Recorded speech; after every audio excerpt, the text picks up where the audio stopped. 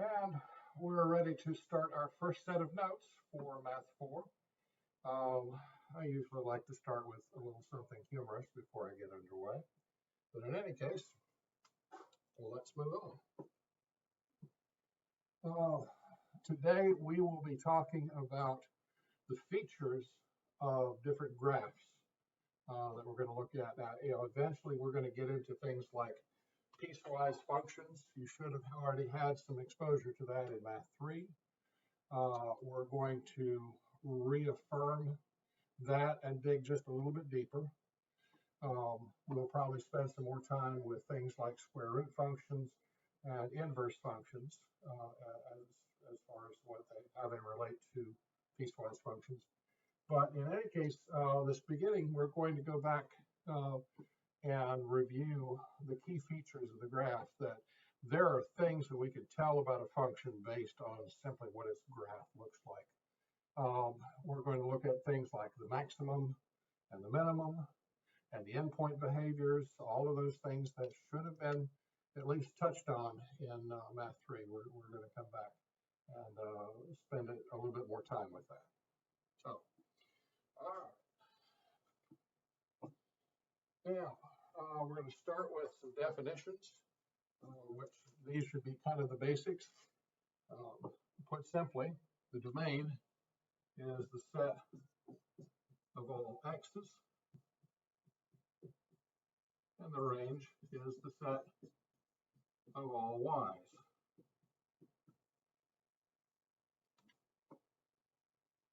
Something that is not always easy. A lot of times you get asked the question to find the domain of something. Not very often do you get asked to find the range. That may change some with this course. So we kind of need to get used to doing one or the other or both. This is old school. Those of you that have been in my classroom, for the most part, I've been doing Smartboard, which means that I can take the little special thing and write on it and save it and not have to erase anything. And here I'm going back a bit old school with good old-fashioned whiteboard. And I've got a little clicker that helps me change slides, so I don't have to go back to my laptop and do it there.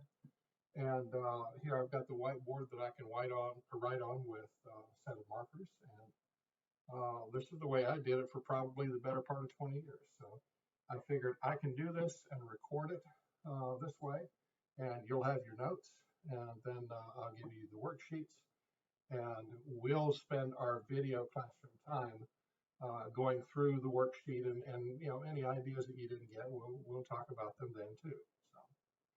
So now, find the domain and range of the graph at the right.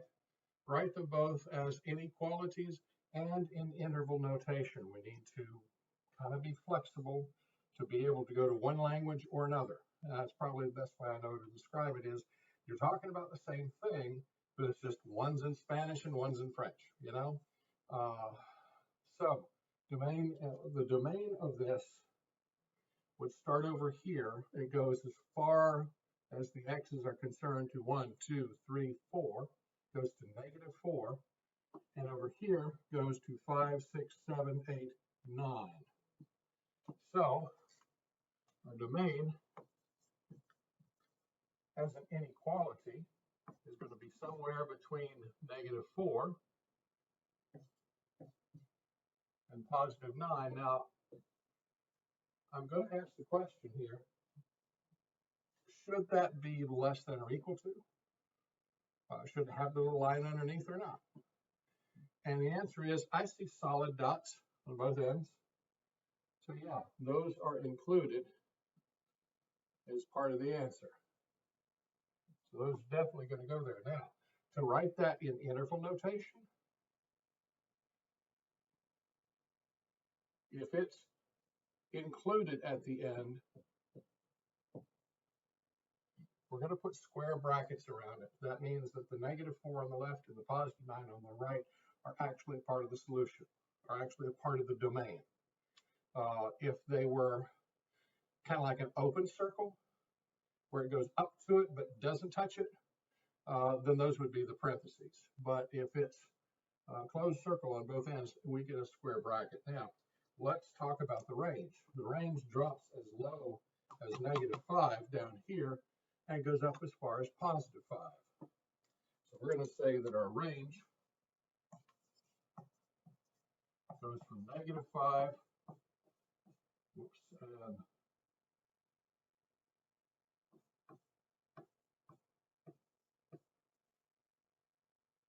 get in the habit of putting X's in there so much that I almost forgot that with the range, we're talking about Y's here. And to do that in interval notation, again, we're talking about solid dots, not open dots. So we're going to do that. That's what example 1 is going to look like.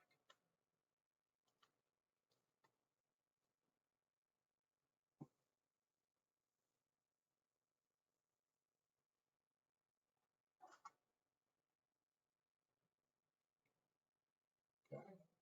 Next, we're looking at X-intercepts and Y-intercepts. Yeah, it kind of almost goes back to middle school for some of us. X-intercept is where the graph crosses the x-axis. And likewise, Y-intercept is where the graph crosses the y-axis.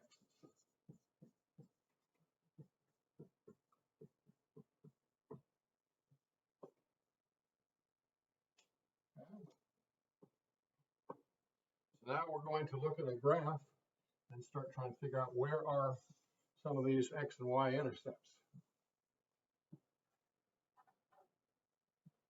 Okay. Name the x-intercepts and the y-intercepts in the given graph.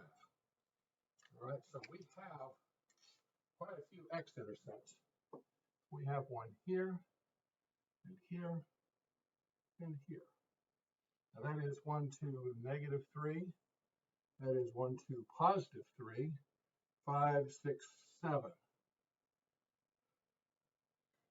And I'm going to ask a request here. Please do not just say -3. Okay, if it's an x-intercept, that means it is a point on the coordinate plane. Please give me the 0, 2. All right, so in this case, and how can you tell which one comes first, the -3 or the 0? If it's an x-intercept, that means that x has a number. And if x has a number, it goes there.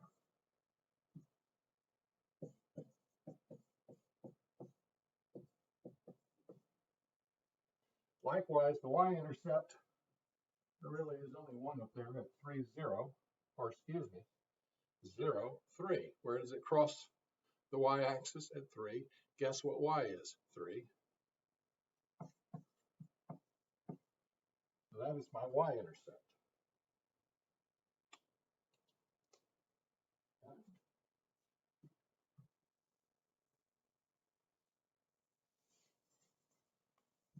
Beauty of doing this with video is that you can stop the video at any time or back it up.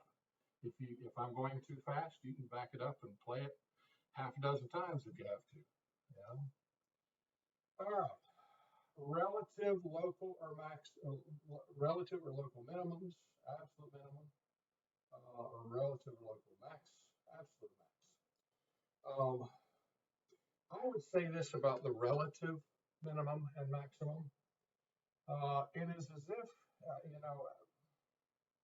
I use it a lot, and I can only guess that y'all have come across the little snip tool that you can draw a box around something and clip and paste it somewhere, right? Now, this is as if you had done that over just part of the graph.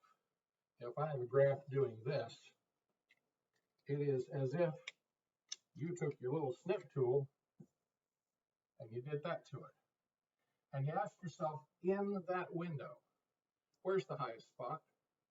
That is your relative max, your local max. That's the same thing. You'll see it referred to different ways, different textbooks, but it's the same idea.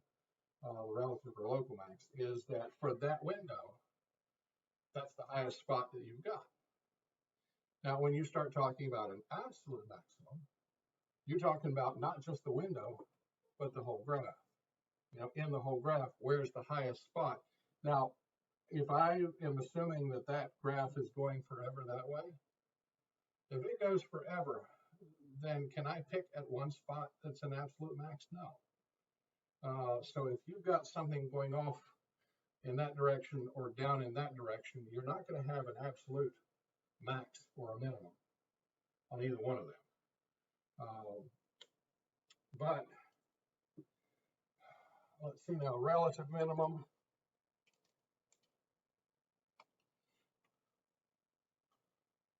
Highest Y value in a small region.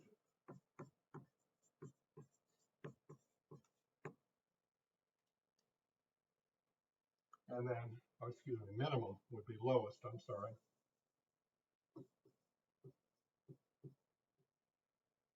Lowest Y value in a small region would be the relative minimum. Absolute minimum would be the absolute lowest Y value.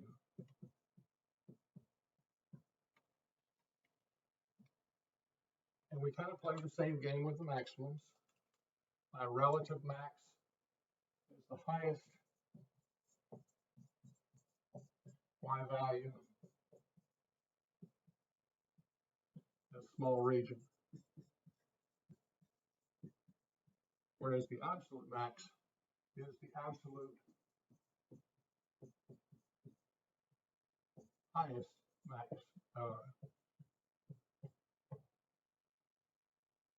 Y value.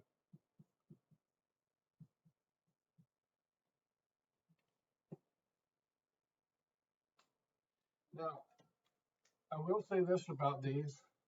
When you start talking about relative max, relative min, absolute max, absolute min, if you are able to respond to that question, it's going to be with 1 point, just 1 point. If it's going to zoom off that way, there's no 1 point you can identify there, can you? So that means that, is there an absolute maximum to this? No. The answer would be like the circle with the slash through it, the null set. Whatever ordered pair is at that local max, that's going to be your local max, is an ordered pair, an X and a Y. So all of these kind of questions about relative and absolute maxes and mins should either be answered with an ordered pair, this is the spot where it happens, or you can't name a spot, and so you just do the circle and the slash, the null set. Okay?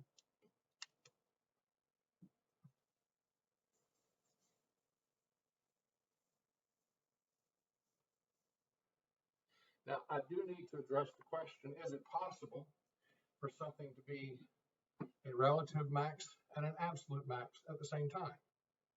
I have to look back on last year and realize that I may have taught it to where if you have, you can't be both. You're either a relative or you're an absolute, but you can't be both. And as I have looked through materials in the past year, I realized that I was wrong with that you can be both at the same time. That if I have a graph that does this and that, may be a relative max, but it's also the absolute max, and it's okay to say that it's both. Now, I will say this, if you're going to point to this guy, and they're going to ask you, is that a relative max? And your answer should be yes, but it's also an absolute max. Try not to leave that part out of it. So, all right, let's move on. All right, name all of the Extrema. Wow.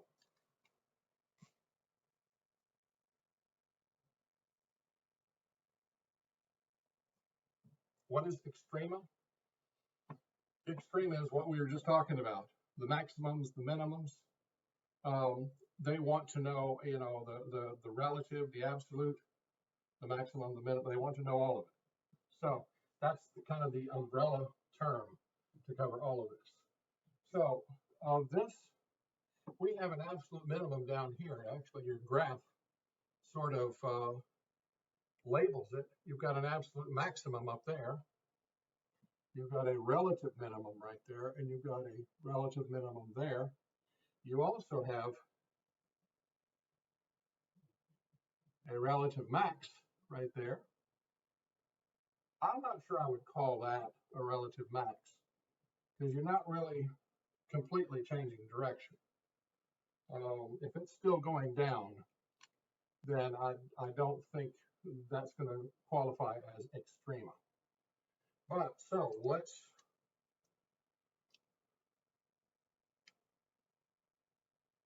this was -4, -5 as an absolute minimum.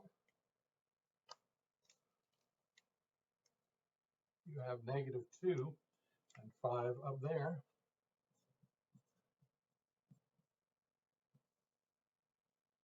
As an absolute maximum.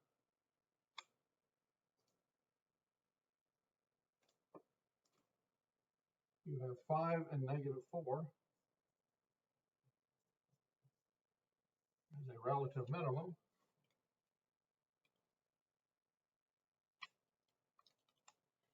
This guy is a relative max at 7.0.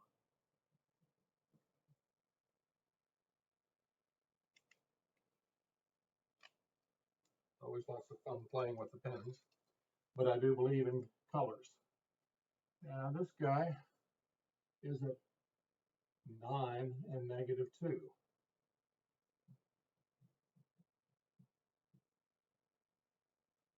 Okay. Now we do also want to point out that this guy is also a relative max, and this guy is also an absolute minimum, or excuse me, a relative minimum.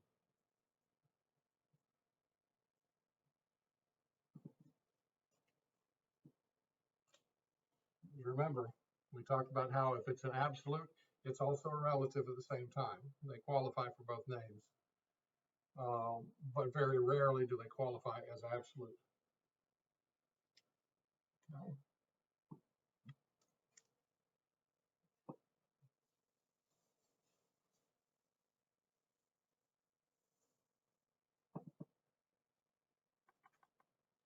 Now, I believe this was the place where I was going to stop, and I was going to stop with the first 3 examples on this video, and then pick up with the last 4 or so on the other half of the notes video.